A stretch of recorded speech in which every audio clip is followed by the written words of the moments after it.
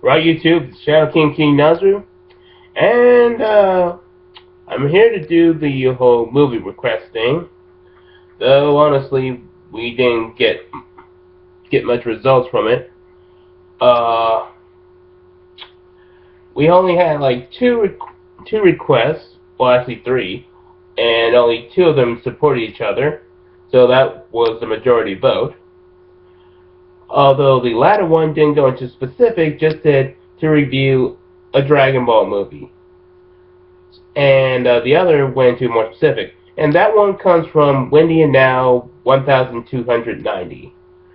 And she asked me to do a review of the Broly trilogy, much akin to how I did the Raimiman trilogy. Now, I won't be doing this all at once, so she'll have to wait for me to do the others at my leisure. But for now, I'll start off with the first one, Broly, the legendary Super Saiyan. Oh boy. So we start off with the narrator saying that ever since his childhood, Broly has been destroying the southern galaxy. And the English mistranslation has led the fans to believe that Broly one hit KO'd the entire Southern Galaxy. Yeah, yep. The only Galaxy Busters are Beerus and Goku. Though I'm just going by the Japanese translation, I didn't actually catch what the English version said, because there's some speculation of, if Beerus is just a solar system buster or a galaxy buster. Right now I'm rambling, sorry. And I believe King Kai was watching this, and I think he probably informed he informs Goku about this later. But meanwhile, Goku and Chi-Chi are getting ready for an interview for Gohan to go to this special school.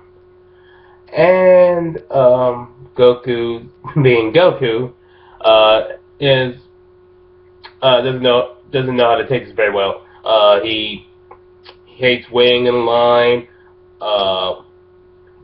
Doesn't know how to answer the questions properly. Like, what are your hobbies? And Goku says to fight powerful opponents, and Chi-Chi says, no, your favorite hobbies are reading and sports. And Goku says, but I've never even opened a book. Ladies and gentlemen, the last funny joke you will ever see in that movie. And elsewhere, Bulma and Vegeta are having a party, and we cut to Krillin singing extremely horribly, which I thank Battle of the Gods for having the mercy to not actually let us hear Piccolo singing, which would have probably been worse.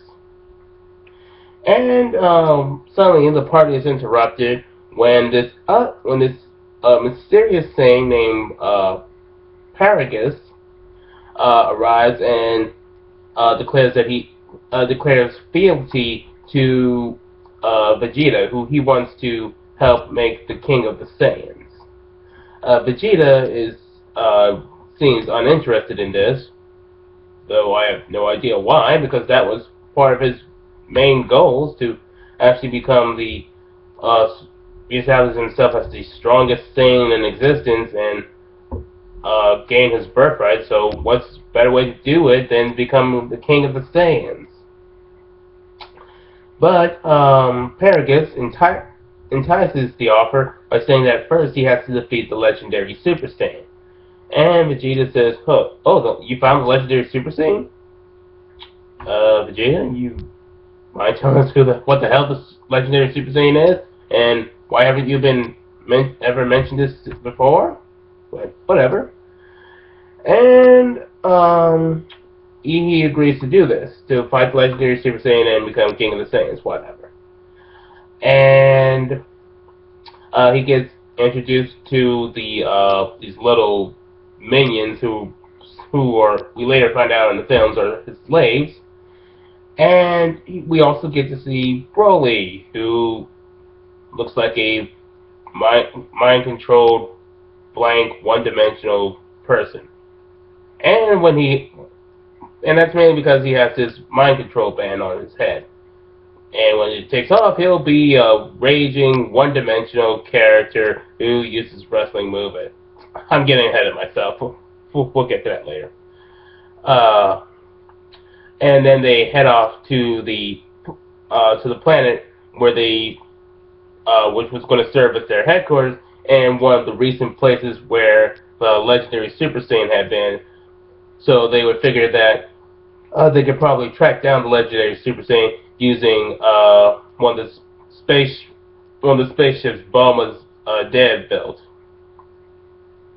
And meanwhile, Goku is informed about the legendary Super Saiyan thing and how he was destroying the southern galaxy, and does he instant transmissions there, and leaving Chi-Chi with the interviewers, much to her expense. And Goku meets up with the others, and Broly sees Goku and has flashes to him as a baby, along with Goku as a baby, and Goku crying a lot, and this caused him great pain.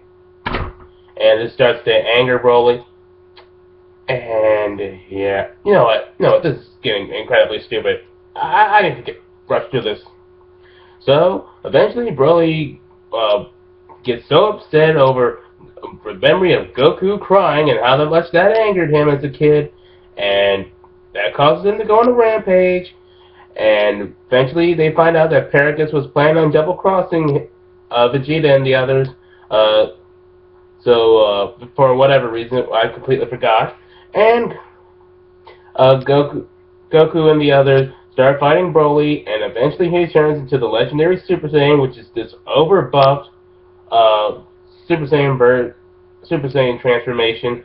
And despite how his muscles are ridiculously buff, practically to the proportions of Rob Liefeld style artwork, he is able to be fast enough to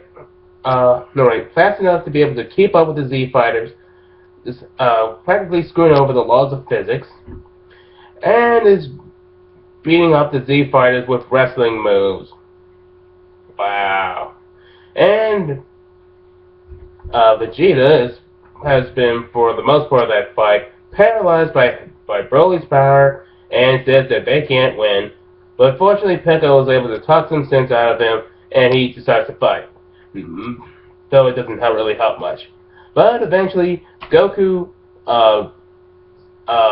channels the powers of everyone and delivers a hard punch to Broly's stomach and defeats him. And then they escape before the planet explodes because of what Broly did, whatever. Yeah.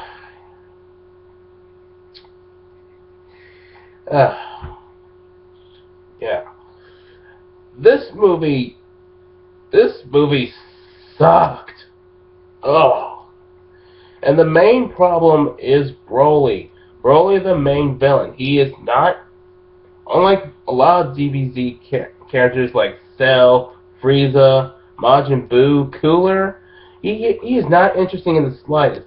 He's one-dimensional. His motivation for being insane and bloodthirsty and whatever is mostly due to his mental instability caused by his hatred towards Goku for crying as a baby when he was also an infant.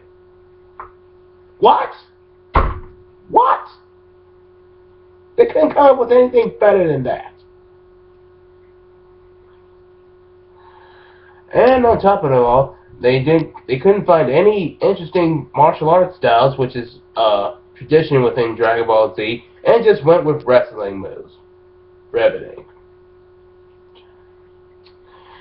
Yeah. So that was the review for Broly, the Legendary Super Saiyan.